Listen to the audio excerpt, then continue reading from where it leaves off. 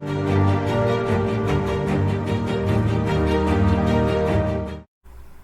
Traders.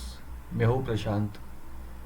आज फिर से हम लोग एक नए स्टॉक का प्राइस एक्शन सीखेंगे, देखेंगे उसमें क्या अपॉर्चुनिटी है वो भी देखेंगे। कैसे हम लोग उसमें सिंपल तरीके से एक बाइंग लेवल, एक स्टॉप लॉस, एक टारगेट कैसे सेट कर सकते हैं वो सीखेंगे। चलो देखते हैं कंसाई नेरोलेक स्टॉक का प्राइस एक्शन।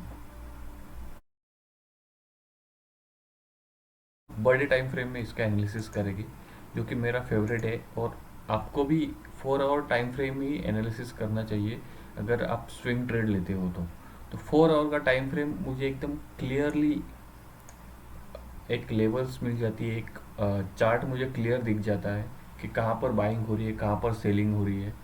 तो उस तरीके से आप मैनेज कर सकते हो आपके ट्रेड को। अब इस ऐसे स्टॉक्स को अगर आप इंट्राडे में 5 मिनट्स 15 मिनट्स टाइम फ्रेम में देखोगे ना, तो आप बहुत कंफ्यूज हो जाओगे, आप कोई डिसीजन ही नहीं ले पाओगे, क्योंकि इनको स्विंग की तरह प्ले करना पड़ता है।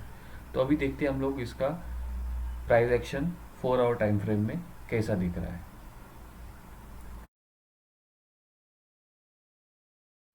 अभी 4 आवर टाइम फ्रेम में मुझे क्लियरली एक सप्लाई एरिया, एक डिमांड एरिया मुझे दिखाई दे रहा है। अब मैं आपको शो करता हूँ कैसे हमें एक सप्लाई एरिया सिंपल तरीके से ड्रॉ कर सकते हैं। हमेशा की तरह मैं आपको एकदम सिंपल एनालिसिस करके दिखाऊंगा जिसमें आप समझ सको कि actual demand and supply area हम लोग कैसे ड्रॉ कर सकते हैं। लास्ट टाइम मैंने H D F C, A M C का, ग्लैक्सो का, जी एम एम फॉडलर का प्राइस एक्शन आपको बताया हुआ है, वो वीडियो आप जाके देख सकते हो। वहाँ पर भी मैंने एकदम सिंपल तरीके से trend line through, horizontal line through एक प्राइस को निकाला था, उसका डिमांड एंड स्टॉप लॉस और टारगेट। तो इसी तरीके से एक नया प्राइस एक्शन हम लोग सीखेंगे जिसमें आपको यहाँ पर एक लेवल दिखाई दे रहा होगा, ये देखो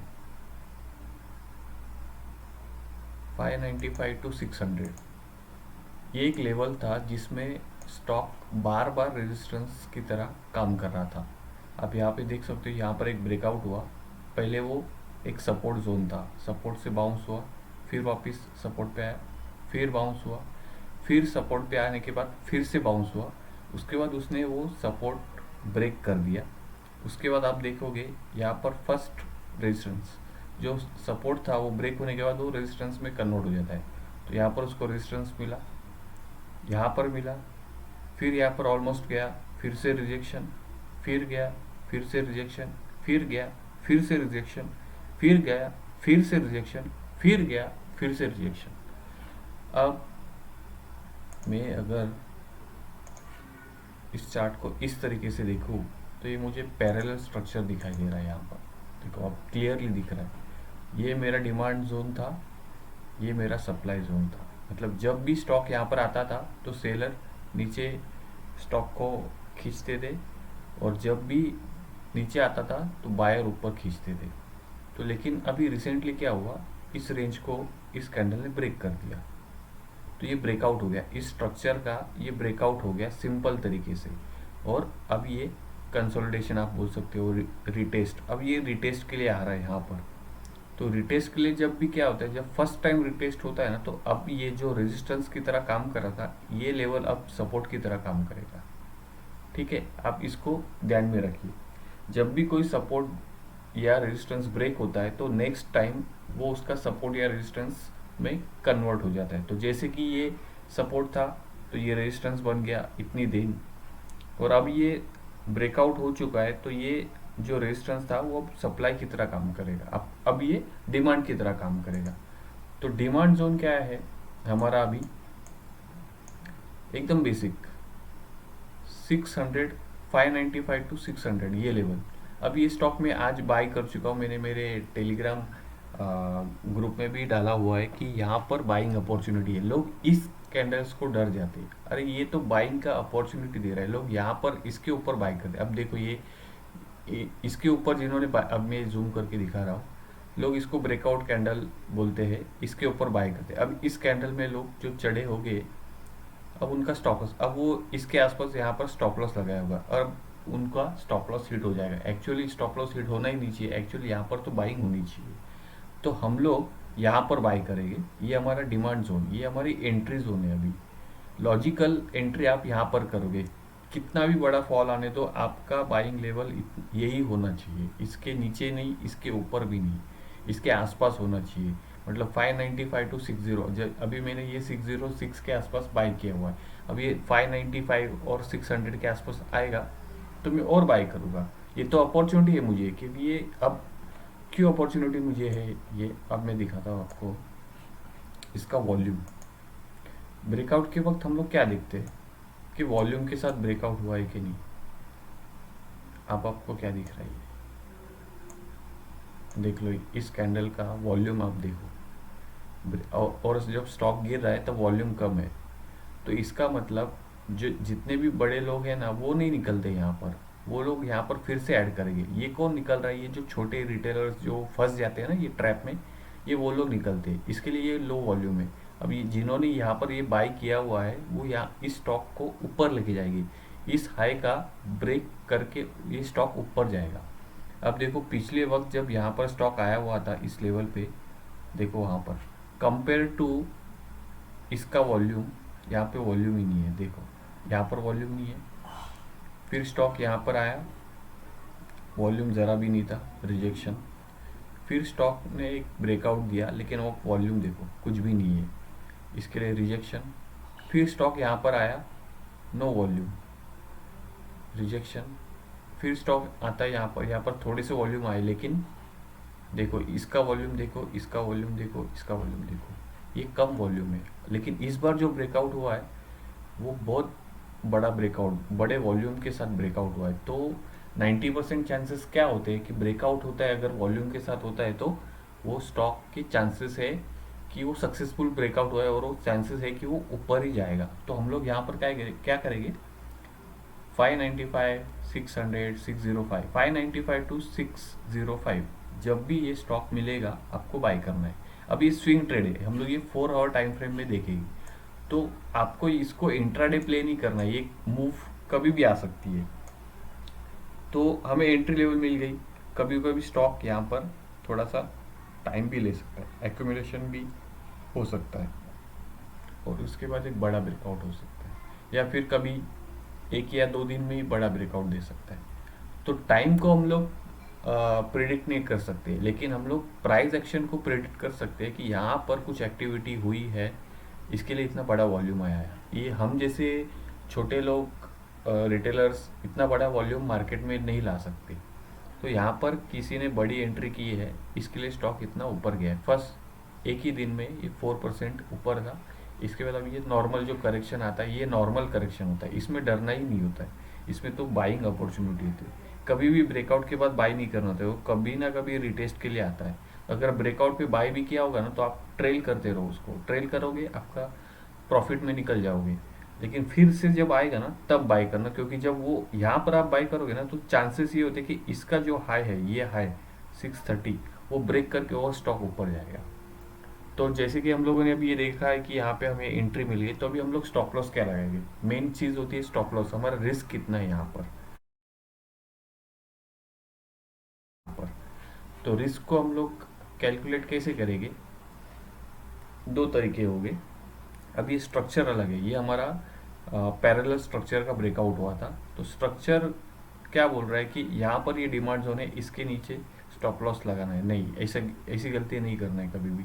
लोग बोलते हैं कि यहाँ पर अगर आप बाई कर रहे हो तो इस लेवल के नीचे, तो ये मतलब बहुत मैं नहीं मानता इस चीज़ को। तो हम लोग क्या करेंगे, जब भी ये 4 आवर का टाइम फ्रेम है, तो 4 आवर का टाइम फ्रेम पे अगर 2 कैंडल नीचे क्लोज होगी इस स्ट्रक्चर के नीचे, 595 ये जो लेवल है, इसके नीचे अगर 2 कैंडल क्लोज होगी तो हमारा स्टॉप लॉस हिट होगा, क्लोजिंग बेसिस है।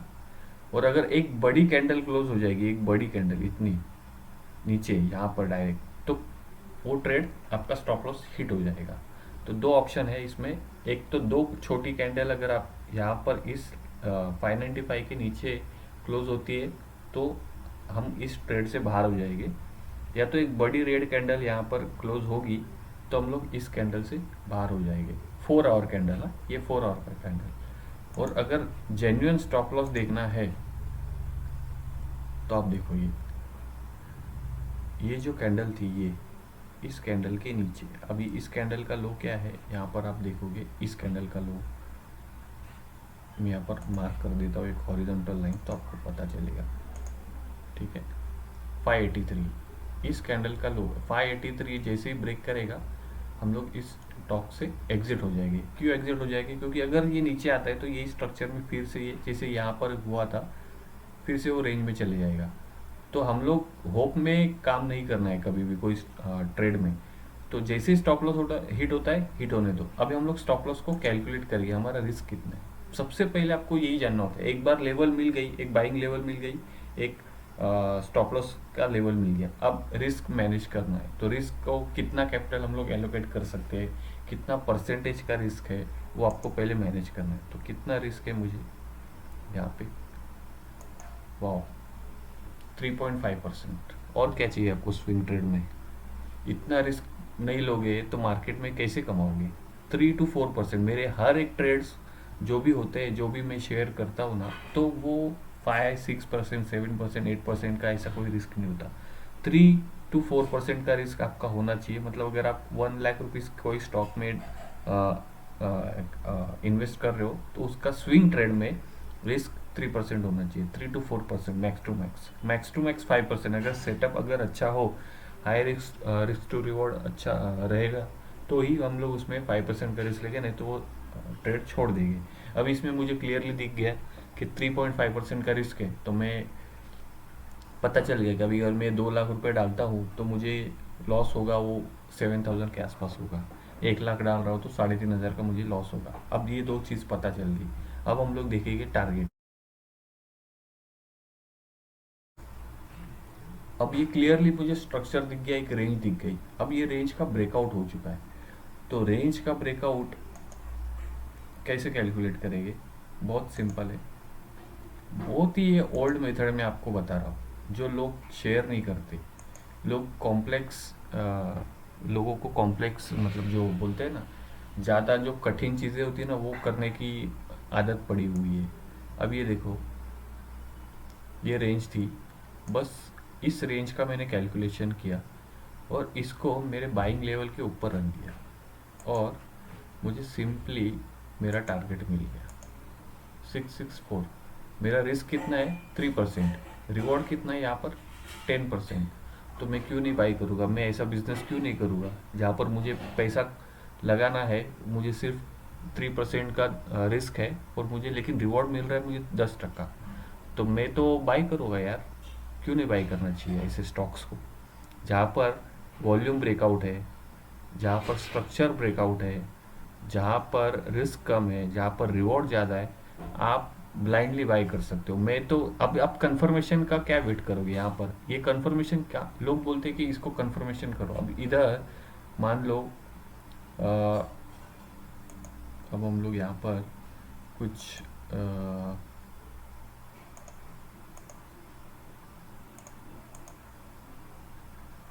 मार्कर कहाँ पर है ये, लोग बोलते हैं कि सपोर्ट एरिया पे आने के बाद एक कैंडल ऐसा बनाने दो, एक बुलिश कैंडल, और इसके ऊपर बाय करो। अरे तब तक तो स्टॉक 4% रैली ले चुका होगा। यहाँ पर आप एंट्री करोगे तो ये यहाँ तक जाने तक मेरा रिस्क प्रॉफिट हो जाता है 6% का, क्योंकि ये 4% ऊपर चले गया होगा, और मेरा रिस्क यहाँ से बढ़ेगा। अब यहाँ पर देखोगे तो अगर मैं यहाँ पर बाई करूँगा तो देखो आप, ये मेरा अगर स्टॉप लॉस है तो 7% का रिस्क, और प्रॉफिट कितना रहेगा फिर? यहाँ पे ऊपर बाई करूँगा तो कंफर्मेशन के बाद 7% का प्रॉफिट। क्या मतलब है? अगर ये और यहाँ से अगर पलट गया तो ऐसे मैं बहुत एग्रेसिव ट्रेडर हूँ। अगर मुझे क्लियर दिख रहा है ये सपोर्ट है, यहाँ पर देखो आप, हॉरिजॉन्टल लाइन सिर्फ मार्क करो, ये देखो क्या है ये, क्लियरली मेंशन है कि यहाँ क्लियरली दिख रहा है चार्ट में कि इस लेवल को बायर्स ने एक्सेप्ट कर लिया। आप चार्ट को इस तरीके से देखो, बायर और सेलर, अगर आप बायर हो और यहाँ पर दिख रहा है कि बायर ने जो जहाँ पर लोगों को ये चीज़ महंगी लग रही थी, यहाँ पर अभी बायर को वो सस्ती लग रही है, लोग बाइंग कर रहे हैं। तो जब वो स्टॉक यहाँ पर आएगा ना, क्योंकि यहाँ से ब्रेकआउट हुआ है, तो यहाँ पर आएगा ना तो फिर से लोग बाई करेंगे। क्यों? क्योंकि उन्होंने पहले ही एक्सेप्ट कर चुके हैं कि यहाँ पर ये प्राइस हमें अभी महंगी नहीं लग रही, अभी हमें सस्ती लग रही है। तो यहाँ पर जब प्राइस आएगा ना तो वो फिर से बाय होगा और फिर से स्टॉक ऊपर जाएगा। फेल होगा, ठीक है, फेल होगा तो क्या होगा, आपने मार्केट को कितना दोगे, आप 3% दोगे, लेकिन जब आप मार्केट से लोगे तो 10% लोगे। और हमेशा 10% का वेट नहीं कर, अगर टारगेट मुझे ठीक है 10% है यहाँ पर, तो हमेशा ट्रेल करते रहो। 4 आवर का कैंडल जैसे कंप्लीट हो जाएगा यहाँ पर, जैसे कि ये एक हाई है, ये हाई है, तो यहाँ पर आप कुछ 20% बुक कर लो आपका प्रॉफिट। रेस्ट रेस्ट जो 80% होगा उसको आप कॉस्ट पे लेके आओ, तो क्या होगा, उसके बाद आपका लॉस नहीं होगा। आपने यहाँ पर प्रॉफिट भी बुक किया 20% या 50%, जैसे आपकी मर्जी होगी वैसे आप प्रॉफिट बुक करते रहो। मिनिमम 5% तो बुक करो 50% पे। मेरा रिस्क कितना है, 3%, 5% स्टॉक चले गया, बुक करो 50%। टारगेट के लिए कोई वेट नहीं करना चाहिए आपको। टारगेट अगर आपके रिस्क से ज़्यादा मिल रहा है ना, आप एग्जिट हो सकते हो। 3% भी मिला है तो भी एग्जिट हो जाओ, कोई दिक्कत नहीं है। क्योंकि कभी कभी स्टॉक रेंज में भी चले जाएगा, कभी कभी स्टॉक वहाँ से भी गिरेगा। तो प्रोबेबिलिटी का गेम है ये। उसके 10-10% हमारा टारगेट है, उससे ऊपर भी जा सकते हैं 15%। तो आप क्या बोलोगे कि बेटे रुकता तो अच्छा होता। लेकिन अगर आप 3% यहाँ से अगर स्टॉक फिर से गिरेगा तो आप क्या बोलोगे कि यार बुक करता तो अच्छा होता। तो ऐसे आपकी सिचुएशन के हिसाब से हम लोग बातें करते हैं, तो वैसे में नहीं रहना, रियलिटी फैक्ट में बात करना है। अगर प्राइस एक्शन यहाँ पर रिजेक्शन, जैसे कि ये रिजेक्शन कैंडल है, लेकिन ये कौन सा कैंडल है, ये रिटेस्ट के लिए आ रहा है, इसके लिए अब लोग इसको एक रिजेक्शन कैंडल की तरह, एक नेगेटिव कैंडल की तरह लेंगे। और यहाँ पर लोग, आधे लोग तो बेच के तो चले गए होंगे, जो यहाँ पर जो बाई किए होंगे ना ऊपर, वो चले गए बेच के।